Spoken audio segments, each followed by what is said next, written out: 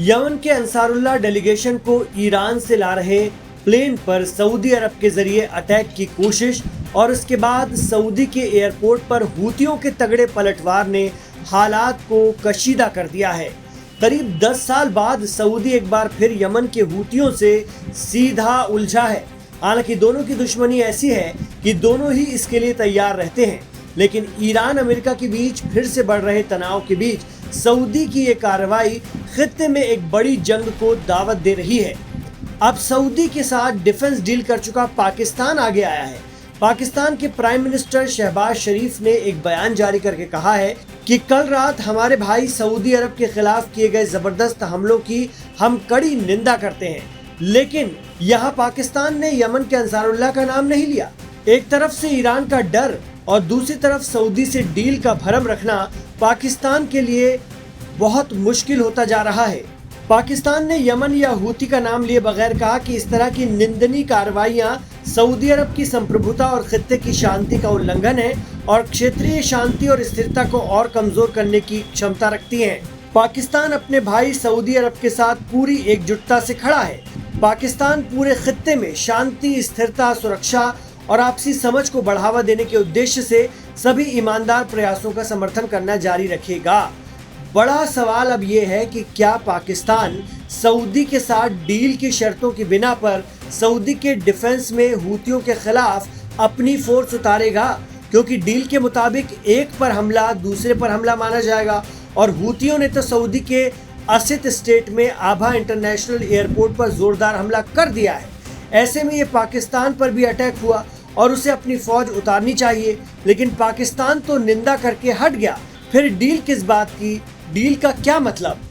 दरअसल अक्टूबर 2025 में खबर आई थी कि डील के तहत पाकिस्तान अपने 25,000 फौजी सऊदी अरब भेजने वाला था। पाकिस्तानी सैनिक सऊदी पर होने वाले किसी भी हमले से उसकी हिफाजत करेंगे और सुरक्षा करेंगे। खबर ये भी आई कि 5,000 सैनिक सऊदी भेजे जा चुके हैं। इसके बदले सऊदी पाकिस्तान के तालिबान के साथ बिगड़े संबंधों को ठीक कराएगा, क्योंकि सऊदी की तालिबान से भी अच्छी दोस्ती है। इतना ही नहीं, सऊदी अरब ने पाकिस्तान में 10 अरब डॉलर का इन्वेस्टमेंट भी किया। इनमें सऊदी की कई कंपनियां पाकिस्तान में काम शुरू कर रही हैं और लाखों लोगों को रोजगार देने का लक्ष्य है। गौरतलब है कि हमास की पॉलिटिकल विंग को निशाना बनाकर इसराइल ने जब कतर की राजधानी दोहा पर हमला किया था, तो उसके तुरंत बाद अरब मुल्क सख्ते में आ गए थे और बाद में पाकिस्तानी पीएम शहबाज शरीफ और आर्मी चीफ सऊदी पहुंचे थे और आनन फानन में सऊदी पाकिस्तान डिफेंस डील अंजाम दी गई थी।